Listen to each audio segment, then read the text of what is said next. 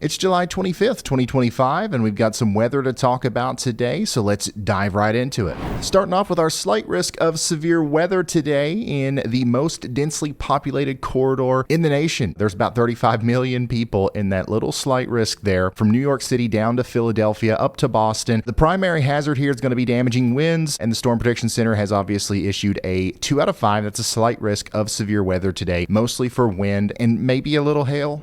Here's what the radar could look like as we go into the future. The threat's going to ramp up later this afternoon, and it's going to peak during the evening commute. Right there between 5 p.m., 8 p.m., that's where I think things are going to be the most intense, wherever they get the most intense. Now, I don't see these storms being too much of a big deal, but they are going to cause some problems out there, especially as we've got, 35 million people, in the path of these things. We're definitely going to hear about some wind damage and stuff like that. The main window for storms in the New York City metro, for example, is going to be between 2 p.m. and 8 p.m. with a big emphasis on that 5 to 8 p.m. time period. Now, what I'm watching closely is the dual threat in the Philadelphia area. Anywhere that gets storms today, really, right out in front of those storms, the reason why we're having them is because of the massive amount of energy, the instability, the humidity that we have available for this little bitty tiny cool pool of air that's coming through.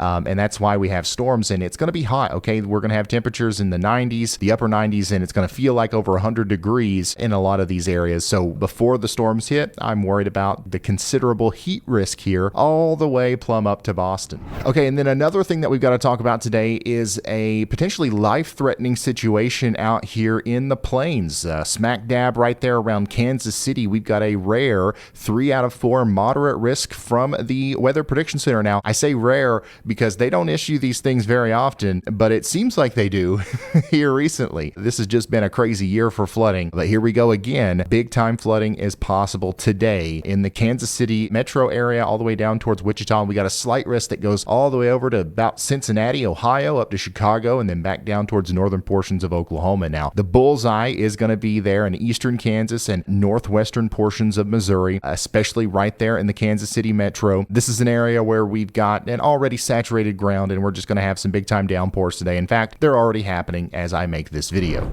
I want to show you guys this again. This is our precipitable water values. Anywhere in the red or especially the purples are going to have so much moisture in the air that it's going to produce downpours that are not consistent with traditional regular downpours. Okay, you're going to see these storms coming on the radar and you're going to think, oh, okay, well, that's fine. But the amount of rain that's going to come down with these is crazy. All right, we're going to be in the 99th percentile as far as these precipitable water values go. And like, this is something I've been saying so many times this year. It's crazy how many times this has happened. There's way too much moisture available for these storms. This is not something that happens very often. This is not normal. We are in a very wet pattern here in the United States. And the reason I'm using this language is just to make sure that if you end up under a flash flood warning today or something, you take it a little bit more seriously than normal. They issue these flash flood warnings way too often, in my opinion, and rightfully so. People ignore them most of the time, but today you absolutely should not. We're going to be talking about rainfall rates between 1 and 3 inches per hour, and any place that sees 3 inches of rain in an hour or 6 inches of rain in 2 hours is going to see potentially devastating flooding. This is a turnaround, don't drown situation. Never drive through flooded roadways, and just remember that this is going to go on overnight into the early morning hours tomorrow, so get ready for that.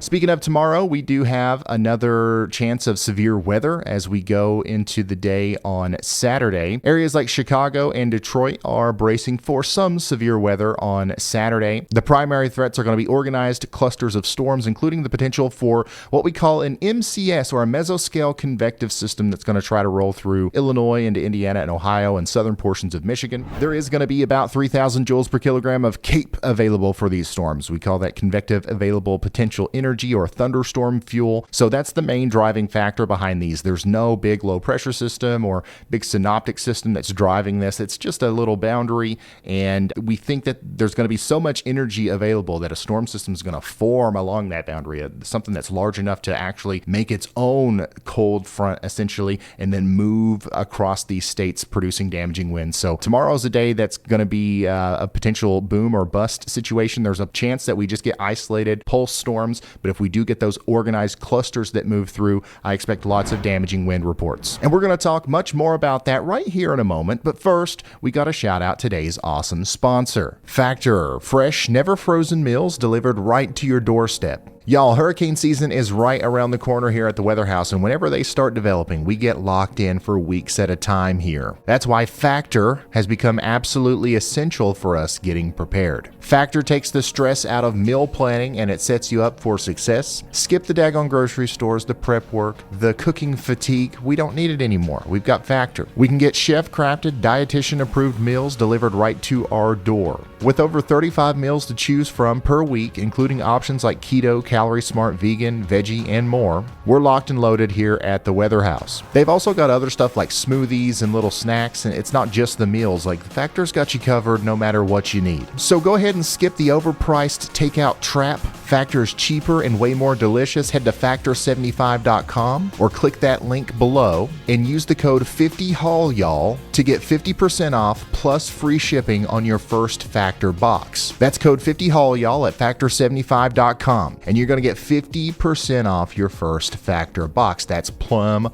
wild. I don't know why you wouldn't take advantage of that. Click that link in the description, get some good food, and you're going to love it. Now let's get back into the video. All right, so let's get an update on the heat. Okay, we've been tracking a major, persistent, and dangerous heat wave, and it's set to continue to scorch the southeast as we go into the future. The official heat risk forecast is expected to reach major to extreme levels. That's a 4 out of 4 for millions of people as we go into the weekend and into next week. The core of this dangerous heat is going to be centered over the Tennessee Valley and the Mid-South and the Southeast, including states like Georgia, Florida, and the Carolinas. Atlanta, Columbia, you guys are all included in this, and it's going to be a scorcher. And we're talking about next week, all right? But I'm just going to show you some of the potential temperatures from this weekend. This isn't even as bad as it's going to get. So check it out here on Sunday around 2 p.m. The whole state of South Carolina is going to be over 100 degrees. We're talking about 105 degrees. That's on the thermometer. That's the mercury, okay? If you factor in the crazy humidity levels that we're going to be having down here, it's going to feel like 115.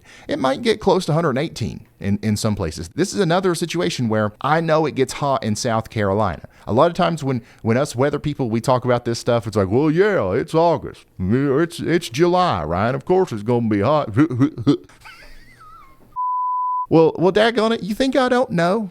All right, you think I'm not from the South? I know it gets hot. I wouldn't be wasting my breath here talking about this. I don't like talking about boring weather. You know what I'm saying? If it wasn't a big deal. This is almost emergency level heat. If you know elderly people, if you know people that maybe don't have access to air conditioning, or if you're somebody that works outside, it's important to know that this is different, okay? And you've got to take this seriously. There will be people that pass away of heat stroke if they don't take this seriously. So this is going to stretch down into Florida and Georgia as well. And then as we go into next week, that's when stuff gets really hot there in the Mississippi Valley as well. So we'll have another update on this as we go into the day. Probably on Monday, I'll have another weekly kind of outlook talking about more of this region and how it's going to persist over here as well. Now, this is all being caused by a very persistent high pressure system or ridge right in here. You can see it kind of retrograding to the west. This is indicative of a very powerful and efficient heat maker in the United States. But notice what happens as I push this out a little bit farther. That ridge is going to kind of get squished up against the Rockies here, and there is going to be some allowance for some cooler air to kind of sneak into the northeast especially, but this is going to change our weather pattern quite significantly as we go into August. I don't think that we're stuck in this major heat pattern in the eastern part of the United States for a significant period of time. Now, the farther south you go, the longer it's going to take for us to get out of that pattern, but notice how we actually see some blue on the map here on our CPC outlook from Minneapolis all the way over there to Maine. I do think we're going to see consistent troughing that is going to bring us below average up here, and that's slowly but surely going to expand across the rest of the East Coast the farther we go into August. Now, just for fun and real quick, since we're talking about pattern changes and cool air sneaking in, let's take a quick glimpse into winter. All right, it's never too early to talk about winter here on the Ryan Hall Y'all channel. We're officially under a La Nina watch, meaning that the waters in the Pacific are going to potentially be below average as we go into fall as far as temperatures go. And that makes a big difference for our weather patterns here in the United States. Now, right now, it's only a 50-50 probability